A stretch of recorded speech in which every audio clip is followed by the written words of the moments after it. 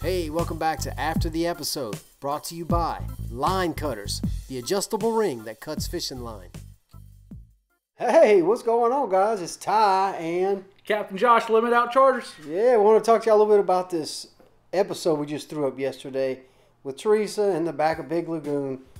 We are coming out of winter, going into spring. Absolutely, one of my favorite times of year. Spring is absolutely awesome. The topwater bite begins to turn on, the flats become alive, and we actually did pretty good in Big Lagoon, very shallow water, gin clear water, and basically got on a springtime bite. Yeah, I wanted to talk to y'all a little bit about how coming out of winter into the spring affects the fish, and you know how we start to see that 70-degree mark coming. The fish start to pick up, and then we have a couple cold nights and they drop back off.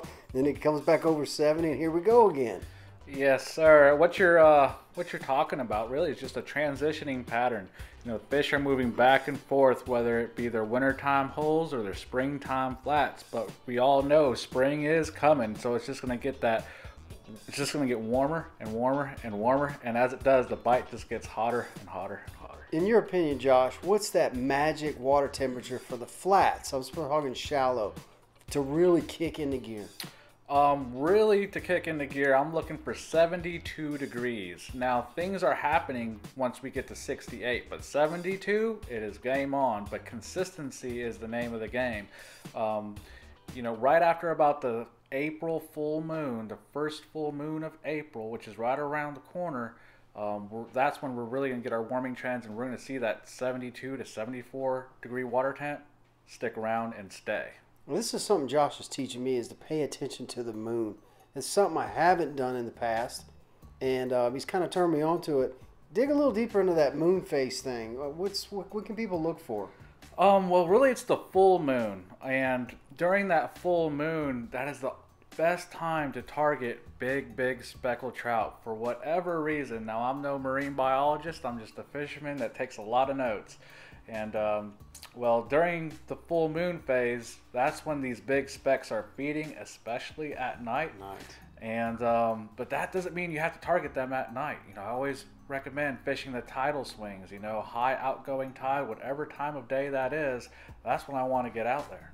Now, I've always noticed after a full moon night, that morning is awful for redfish because they seem to be fat, lethargic, and overfed. How do you feel about that? As I always like to preach, I always think there is always a bite, regardless of conditions.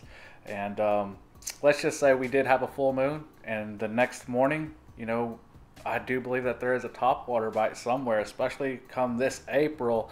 I do believe topwater is going to be absolutely phenomenal. And you really just have to look for where the fish are. If you find the fish, you can get one to bite. Somehow, some way. And if y'all notice in this episode, we did do some topwater stuff. I was throwing full out topwater, and you were using the man's Tidewater 1- as a topwater almost, right? Absolutely, yeah. I mean, Ty, he found the fish throwing a topwater. A topwater is an awesome search bait. It creates a lot of commotion on the surface. We all love topwater. Nothing wrong with that.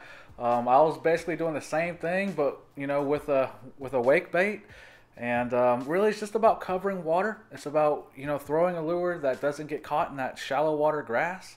Topwater, the crankbait, they both get it done. And as you saw in the episode, you can't beat it. You really just can't beat it. It's awesome. Well, I'd like to thank Captain Josh from LimitOut Charters for fishing with us that day and for hanging out with us today. Don't forget to get out there and enjoy that spring bite. As these temperatures heat up, these fish are heating up, man.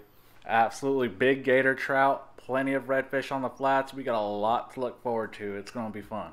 Get on it. We'll see y'all next time. What? Don't stop it yet. Oh, yeah. By the way, hey, Captain Josh just got something new. What'd you get?